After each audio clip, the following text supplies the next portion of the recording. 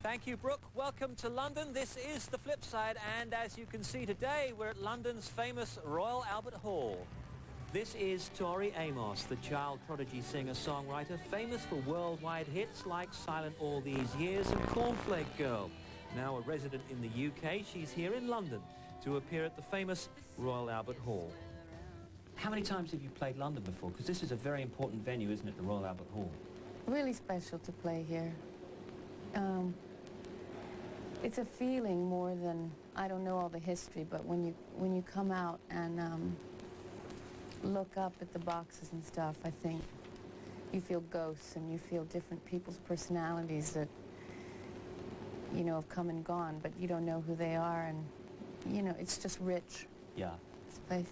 Are you still the cornflake girl at the piano? Is that image still very much I you? never was I was the raisin girl. We don't like cornflake girls. They stab their friends in the back. Do they? Yes, they do.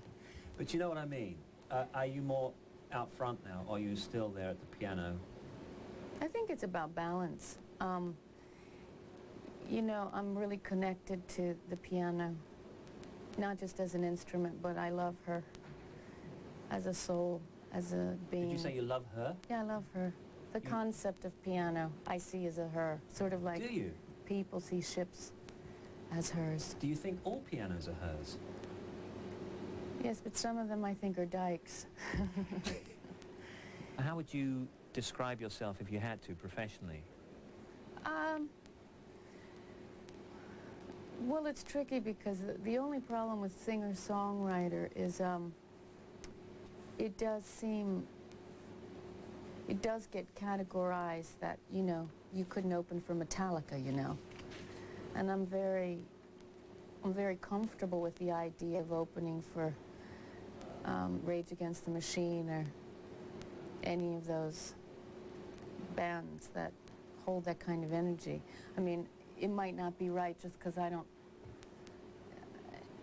you know, I don't want people spitting as their way of showing their affection.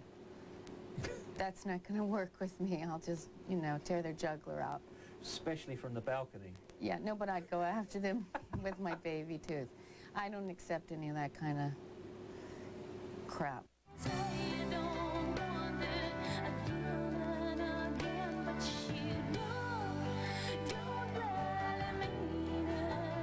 How do you think people see you? I think that, you know, everybody's made up of a lot of different things, and I like to observe a lot, and I think people aren't aware that I'm really observing them. They think I might not be there, but that's how I actually observe more. What do you think of the drug culture? I think that, you know, anything that becomes an addiction, anything can be when it becomes destructive. That's a problem when it's running you, when you're not running it. I use a lot of different tools to get to consciousness. Do you think that any tragedy that you've had in your life, which is well documented, comes to life in your songs? Yeah, I do. I think it's... Do you want it to? Is it a release? It's how I work things out, really. I think the music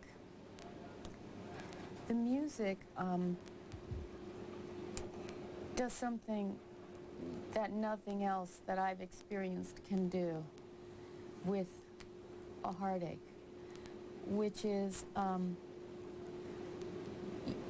we go back to Alice in Wonderland, you know, the music takes me down a rabbit hole, and I see the problem, or I see, you know, the sadness, or yes, the experience. I know what you mean. In a way, I see layers to it. In a way, it becomes, yeah, in a sense, it does become a fairy tale, even though sometimes it's a dark one. This is not really happening. You bet your life it is.